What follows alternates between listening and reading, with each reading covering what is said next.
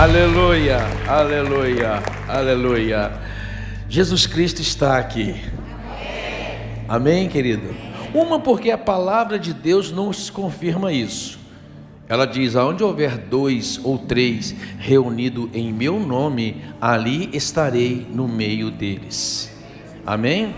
Jesus está aqui. Nós cremos nisso. Cremos porque a palavra de Deus nos confirma, mas também cremos porque o Espírito Santo testifica no nosso coração que esse lugar está cheio da presença de Deus. Amém, amado? Você está sentindo a presença de Deus aí? Você pode dar uma glória a Deus? Então, antes de você se assentar, você vai virar para a pessoa que está perto de você e vai dizer assim: ó, Jesus Cristo está aqui e vai falar com você. Amém? Pode sentar, gente. Boa noite para todos vocês. Boa noite para vocês que estão nos assistindo de casa. Sabe, é uma alegria para nós poder compartilhar a palavra de Deus. Eu fico, às vezes a gente chega nesse momento do domingo, eu principalmente, a gente chega assim um pouco até cansado por 4 reuniões, mas não desanimado. Chegamos nesse momento, eu fico entusiasmado e feliz. Deus, estava ali orando agora. Deus, muito obrigado, papai, por você me dar a oportunidade de falar da tua palavra, do teu amor para tantas pessoas, e poder ajudar tantas pessoas a aprender acerca de Jesus, aprender a ter uma vida mais perto de Jesus. E eu venho falando aqui sobre quebra de maldição. Por 2 semanas eu vim pregando sobre isso. Às vezes situações recorrentes na vida de uma pessoa, que outrora ela achava que era coincidência, ou até estava acostumado com isso, mas quando ela começa a prestar atenção, principalmente numa ótica bíblica e espiritual, ela começa a perceber: essa coisa recorrente não é normal. E eu tenho falado sobre quebra de ciclo e estabelecendo um novo ciclo na vida da pessoa, porque eu creio que o Evangelho do Senhor Jesus Cristo é para dar para todos aqueles que nele creem uma nova vida. Amém, amado? Uma nova vida. Amado, o Evangelho de Jesus Cristo é para isso. Ele veio para resgatar-nos do império das trevas e nos transportar para o reino do Filho do seu amor. É isso que a Bíblia diz, que Jesus foi lá e arrancou você de um regime de Satanás, do império das trevas. Nós éramos outrora escravos e não sabia. Nós éramos escravos e não sabíamos. Mas Jesus, com mão poderosa, arranca você deste território de opressão e transporta para você para um território de paz verdadeira, para o reino da luz. Então, eu venho falando que a nova vida em Cristo Jesus é proposta através da palavra de Deus para uma vida de verdadeira paz. Mas isso tem um preço. Isso tem também a necessidade de uma compreensão do que acontece no mundo espiritual. O Senhor Jesus, ali em Lucas capítulo 11, ele fala assim, é Jesus falando: quando o valente guarda armado a sua casa, em segurança está tudo o que tem. Esse valente que guarda armado a sua casa é o inimigo, é Satanás. Ele guarda armado e confia, e aí ele diz: mas sobrevindo um outro mais valente do que ele, e vencendo-o, tira-lhe toda a sua armadura em que confiava e reparte os seus despojos. Jesus continua dizendo: quem não é comigo é contra mim, quem comigo não ajunta, espalha. Aí ele fala: quando um espírito imundo, ele continua falando sobre lá atrás, sobre a casa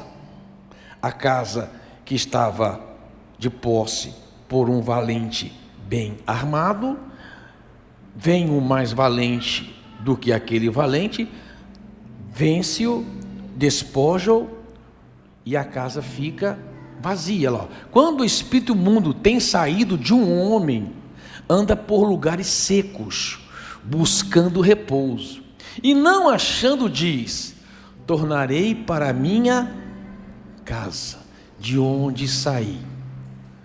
E chegando, acha varrida e adornada.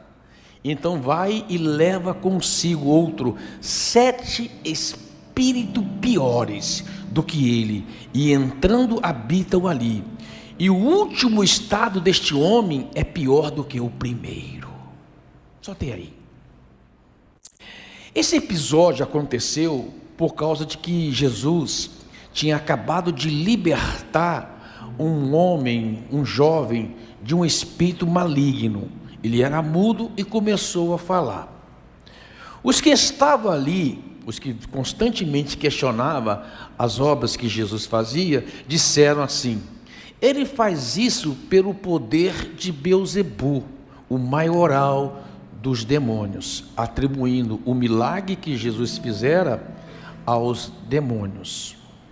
E Jesus fala assim: olha, o reino dividido não subsiste, a casa dividida não permanece de pé. Como pode Satanás lutar contra ele mesmo? Dizendo: eu não expulso demônios pelo poder de Beelzebu, eu expulso pelo poder de Deus. Ele disse: eu expulso pelo poder de Deus. E porque eu expulso pelo poder de Deus, é chegado a vocês o reino de Deus. Lembra-se, ele nos tirou do império das trevas e nos transportou para o reino da luz. É chegado a vós o reino de Deus. E Jesus, para explicar esse conflito e essa luta espiritual, essa disputa por território, por esta casa que pode ser você, a casa pode ser você, a casa pode ser a sua família, a casa pode ser até a sua empresa, a casa pode ser até o lugar que você mora. Esta casa, esse território, ele está sendo ocupado por aqui Jesus dizendo, o valente bem armado guarda tudo que tem com confiança. A primeira coisa que a gente observa aí, o valente está bem armado. Quais são as armas que esse valente, que é Satanás, tem? Qual é o arsenal que ele tem à sua disposição para manter aprisionado pessoas? Ele usa a falsa segurança.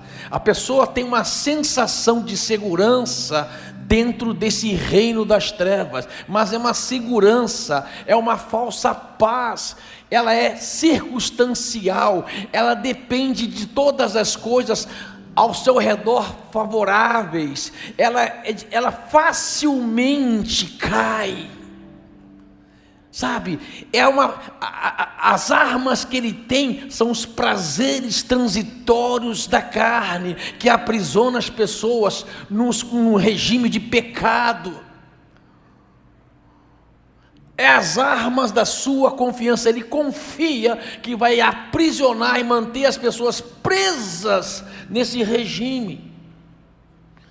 E Satanás é um ser confiante. A Bíblia fala que ali Jesus diz que ele confia na sua armadura. Ele confia que vai manter as pessoas presas nesse regime, neste império. Só que o texto diz: vindo um mais valente do que ele. Amém? Amado, deixa eu falar uma coisa para você. As coisas no reino espiritual, até no mundo natural, só podem ser tomadas pela força. Há um romantismo na guerra, né? Tem gente que acha que a guerra é feita de flores. Tem gente que acha que a guerra por que não tem que dialogar? Amado, não tem como dialogar contra um regime do mal. Jesus disse assim certa vez, que o reino de Deus é tomado pela força, e se apoderam dele aqueles que se esforçam. Há uma necessidade de luta. Há uma necessidade de luta. O mais valente, ou seja, aquele que vem forte, ele vem para lutar e libertar aqueles que estão cativos. Há uma necessidade. Nós não celebramos a guerra, nós reconhecemos a necessidade dela. Você está entendendo? Não tem que romantizar. Guerra é guerra. Quando Jesus tinha sido morto na cruz e depois tido ressuscitado, ele aparece para 2 discípulos dele que estavam indo embora de Jerusalém a caminho de Emaús. Esses 2 discípulos, Jesus encontra com os 2, o Jesus ressurreto encontra com 2 e pergunta para os 2: o que vocês estão conversando entre si?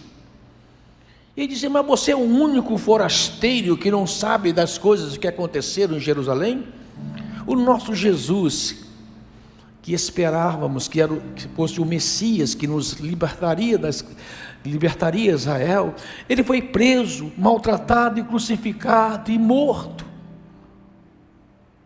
Sabe qual foi a resposta de Jesus?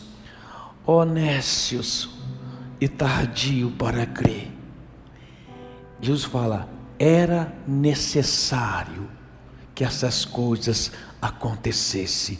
Jesus sabia que era necessário. Jesus orou no Getsêmani: Pai, se for possível, afaste de mim esse cálice para que eu não beba, mas não seja feita a minha vontade, sim a sua. Jesus, ele não abraçou a cruz com flores, ele abraçou a cruz com sangue derramado. Jesus morreu uma morte de cruz para vencer Satanás, para que você hoje tivesse a verdadeira vida.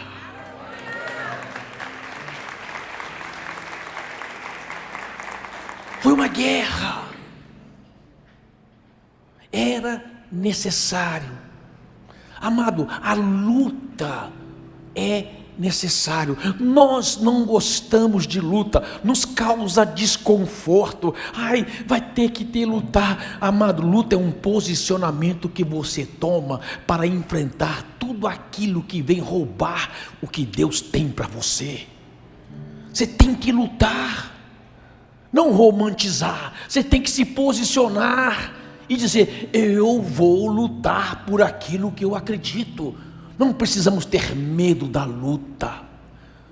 Nós precisamos acreditar que maior é aquele que está em nós do que aquele que está no mundo. Comigo está o mais valente. Você pode dizer amém? Amém.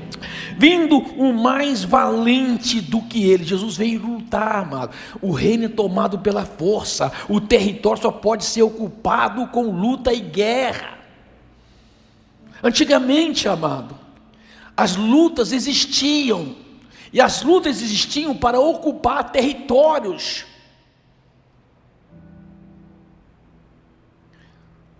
O reino era tomado por outro reino, e o reino daquele que venceu vinha e matava o rei daquele reino, e não só matava o rei daquele reino, mas também matava todos os seus descendentes. Para quê? Para que aquele regime não pudesse voltar mais. Sabe por quê? Porque senão você fica aprisionado novamente. Aí Jesus fala, vem com o ensinamento sobre a casa, que é a mensagem que eu quero pregar para vocês hoje. A explicação que Jesus dá sobre o que aconteceu nesse conflito espiritual, nessa guerra espiritual. Ele diz ali que se a casa permanecer vazia e adornada, tem uma tradução na Bíblia que diz limpa e em ordem. A casa foi desocupada, o território foi desocupado, o inimigo não está mais ali, não permanece mais ali. Aí fala, se ela ficar só limpa e em ordem, ele fala, o diabo está lá, em lugares áridos, secos, inabitáveis. Ele diz, eu voltarei para a casa de onde eu saí. Se eu encontrar ela vazia, eu levarei comigo 7 espíritos piores do que eu, para ocupar aquela casa. E Jesus disse, e o estado dessa pessoa é pior do que outrora. A casa não pode ficar vazia. A mensagem que eu quero trazer para vocês essa noite é: você precisa manter a sua casa ocupada. Jesus, Ele quer ocupar a sua casa. Ele não quer só fazer uma libertação em você. Ele não quer só fazer em você apenas uma libertação. Tem muita gente que fala assim, eu quero ir para a igreja para me sentir bem. Amado, você não vem para a igreja para sentir bem, você vem na igreja para ser cheio de Jesus. Amém? Às vezes ser cheio de Jesus vai lhe causar algum desconforto, porque tem gente que só quer sentir bem. Uma vez entrou 2 mulheres no meu escritório, e uma falou assim, pastor, nós viemos aqui para o senhor orar pela gente. Falei, o que está acontecendo? Essa amiga minha aqui, ela tem algumas visões, ela vê sombra, e em casa ela fica vendo vultos perseguindo ela. Aí eu falei, então tá bom. Eu fiz como sempre faço com todas as pessoas que venham até mim. Preguei o plano da salvação. Falei do amor de Deus, falei que Jesus morreu pelos nossos pecados, que Jesus veio nos dar uma nova vida. Falei para ela que ela precisava entregar a vida para Jesus Cristo e confessar Jesus Cristo como seu único Senhor e Salvador. Eu falei, a casa precisa ser ocupada. Aí ela falou para mim assim, eu lembro disso até hoje, ela falou para mim assim, olha pastor, sobre isso a gente não está muito interessado.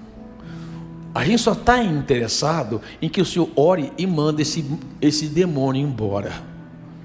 Eu falei assim, olha, com muito amor, eu falei para essa filha, eu vou falar para você uma coisa, eu não vou orar por você.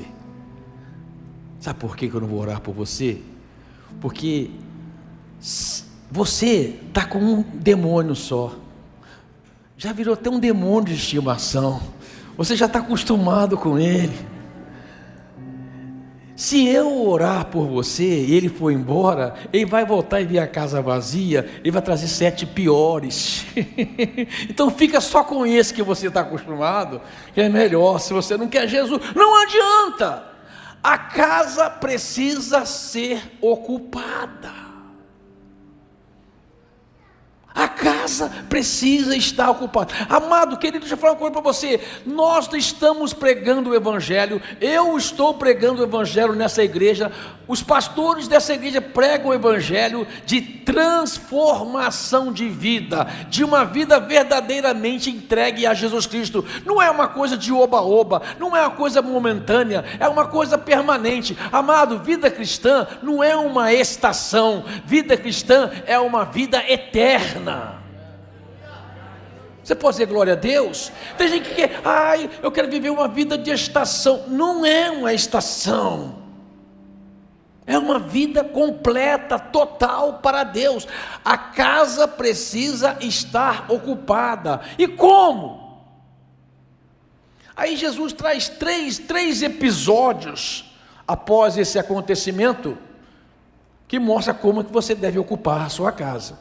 Quando Jesus acabou de falar isso, uma mulher que estava na multidão ouvindo Jesus disse: bem-aventurados são os seios que te amamentaram, elogiando assim a mãe de Jesus. Mas Jesus responde: mais bem-aventurado são aqueles que ouvem a minha palavra e obedecem. Você pode aplaudir Jesus?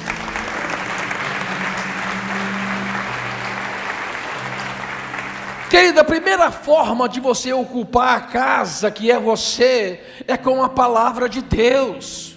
A primeira coisa que você vai fazer, você que é um empresário, é ocupar a sua empresa com a palavra de Deus, o seu trabalho com a palavra de Deus. Amado, a palavra de Deus precisa ocupar toda a nossa vida. Não é uma questão só de vir aqui domingo e ouvir a palavra, é uma questão de observância da palavra. O que é observância da palavra? É quando eu ouço a palavra de Deus, ou eu leio a palavra de Deus, ou eu sou ensinado pela palavra de Deus, e aquilo que eu li, aquilo que eu aprendi, aquilo que eu fui instruído, eu coloco em prática na minha vida. Isto é uma observância da palavra de Deus. A palavra de Deus não é uma filosofia vã, a palavra de Deus não é ideologia de vida, a palavra de Deus é eterna, a palavra de Deus é viva, a palavra de Deus é verdadeira. Ela tem que ser o seu estilo de vida, independente de qualquer outra coisa, independente de como que você está hoje na sua vida financeira,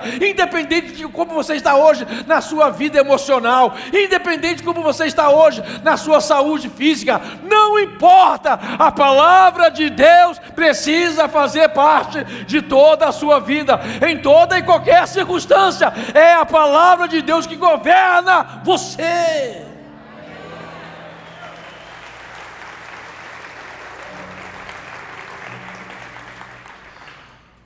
Nós estamos precisando de um tempo de que cristãos vivam a palavra de Deus. Jesus disse: mais bem-aventurados aqueles que ouvem a minha palavra, mas não são apenas ouvintes, obedecem a minha palavra.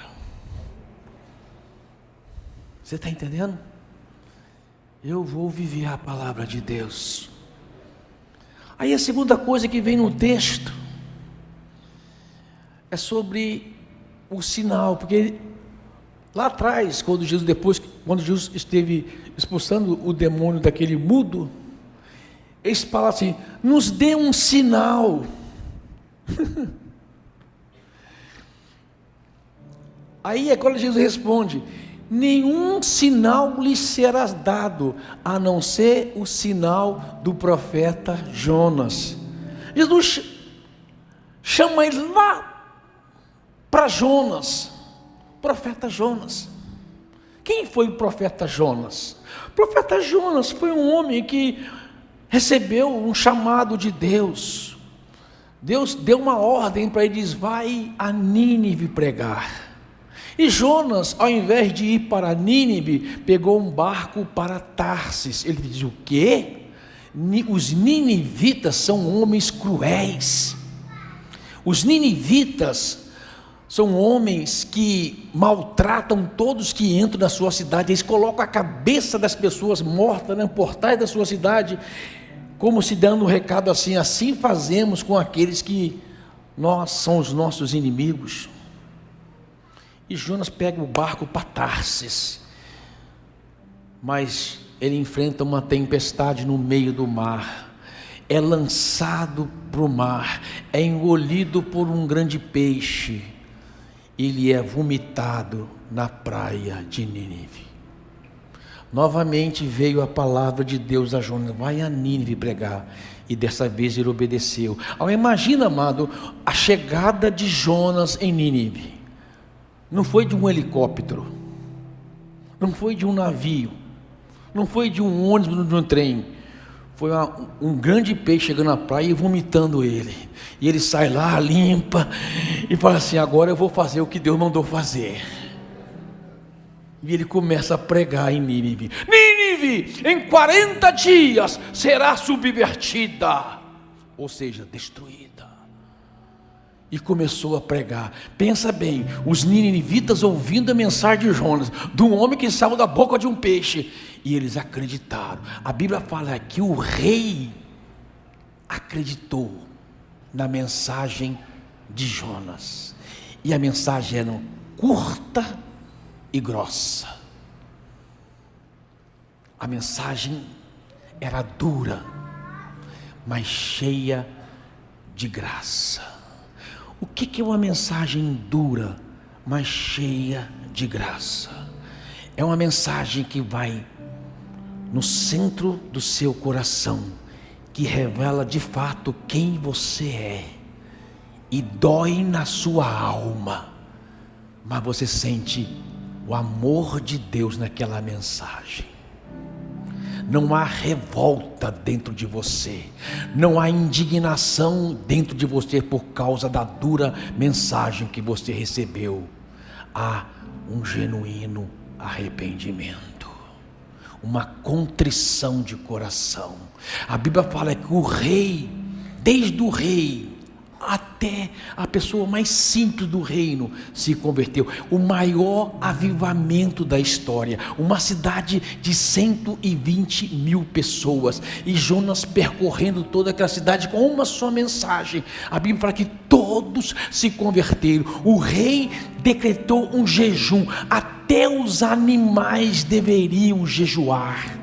A galinha não podia comer o seu milho, o porco não podia comer a sua ração, o gado não podia pastar, todos tinham que jejuar, até os animais jejuar. A contrição era tanta, o peso de arrependimento naquela cidade era tanto. Eles diziam: quem sabe Deus se arrepende do mal que disse que ia fazer e não faça. Amado, que poder que tem o genuíno arrependimento, que poder que tem o genuíno arrependimento. Deus não fez o que Ele disse que ia fazer. Uma das poucas vezes na história da humanidade que Deus se arrependeu e não fez o que Ele disse que ia fazer, porque Ele encontrou um coração arrependido genuinamente. Isso é muito forte, amados. A segunda coisa, você tem que ocupar a sua casa que ficou vazia. Primeiro é com a palavra de Deus, segundo é com o genuíno arrependimento. O que é o genuíno arrependimento? É quando você diz: nada neste mundo, circunstância adversa, nada neste mundo, problema que exista, nada neste mundo vai me afastar do meu Deus. Genuíno arrependimento. Eu estou lendo um livro que eu leio ele com lágrimas, constrangido. O livro dos mártires. Perseguição desde o primeiro século. Eu fico vendo como que aqueles homens morreram por causa do Evangelho.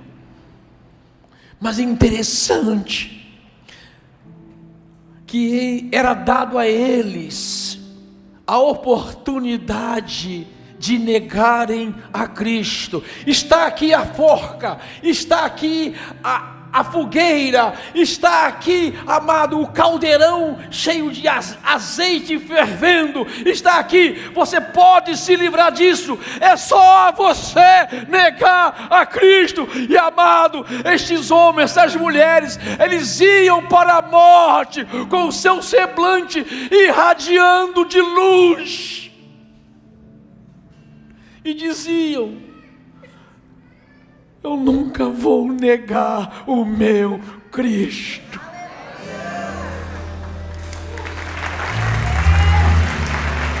Eu nunca vou negar o meu Cristo. E é interessante, amado, que a morte, eles poderiam simplesmente matar uma pessoa. Não, eles não matavam a pessoa, eles maltratavam O martírio era terrível, a morte era terrível. Por quê? Porque eles queriam produzir nas outras pessoas o temor, para que as outras pessoas não se convertessem a Cristo, e os convertidos a Cristo voltassem atrás. Mas o efeito era totalmente ao contrário, porque eles abraçavam a morte com tanta felicidade e diziam: como é maravilhoso ser digno de morrer por tão grande causa. E assim mais e mais pessoas se convertiam, porque viam pessoas genuinamente arrependidas. A casa não pode ficar vazia.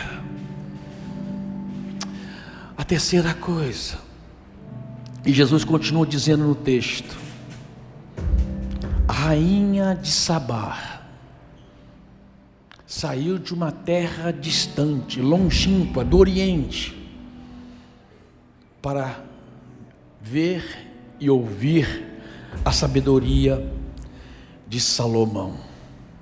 O texto diz que ela saiu da sua terra com muitas riquezas: ouro, prata e bronze, madeiras preciosas, madeiras de lei, para presentear Salomão. E o texto diz que ela ficou tão surpreendida com a sabedoria de Salomão, que ela dizia assim: não é nem metade do que me disseram. Sobrepuja em muito a sua sabedoria. E ela dizia: bem-aventurados são os teus servos que servem a sua mesa, que têm a oportunidade de estar perto de ti. E ela presenteou Salomão com muitas riquezas. Mas o texto também diz que Salomão, quando ela foi embora, deu a ela o equivalente, o que ela deu e muito mais. E ainda diz o texto que Salomão deu tudo que o coração dela desejou. Aí Jesus diz assim: eis que está aqui quem é maior do que Salomão.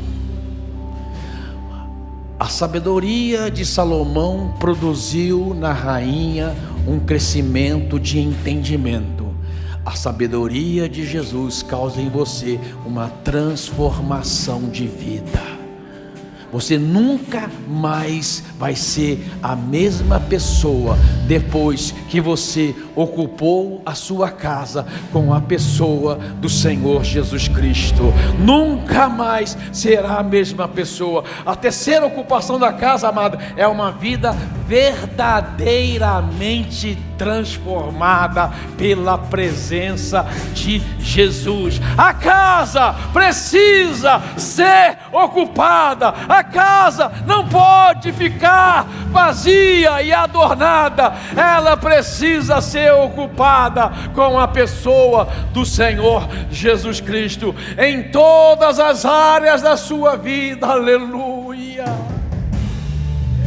E amado, eu fico pensando, quando o texto diz que aquele demônio que estava ocupando a casa, aquele valente, armado com confiança, que estava ocupando a casa, quando ele foi expulso por um mais valente do que ele, eu imagino depois que ele está em lugares áridos, secos, inabitáveis, e disse: eu não vou ficar aqui, eu vou voltar para aquela minha casa. Sabe, amado, infelizmente, em muitos casos, a casa permanece vazia.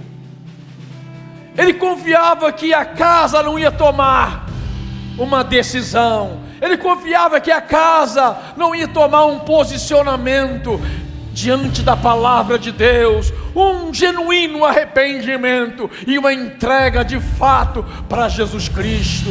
Ele confiava, ele diz: eu voltarei para a minha casa, e não vou voltar sozinho, Eu vou levar 7 espíritos piores do que eu, para ficar mais fortalecido ainda naquela casa. Mas quando ele se aproxima, a luz é forte, a luz brilhando naquela casa, a presença de Jesus, o Rei dos Reis, o leão da tribo de Judá, ocupou a casa, e ele não pode fazer nada. Aleluia! Ocupe a sua vida, meu querido, minha querida. Ocupe a sua casa verdadeiramente com a palavra de Deus. Ocupe a sua casa verdadeiramente com um genuíno arrependimento. Ocupe verdadeiramente a sua casa com a presença de Jesus. Aleluia! Fica de pé no seu lugar. Fica de pé no seu lugar.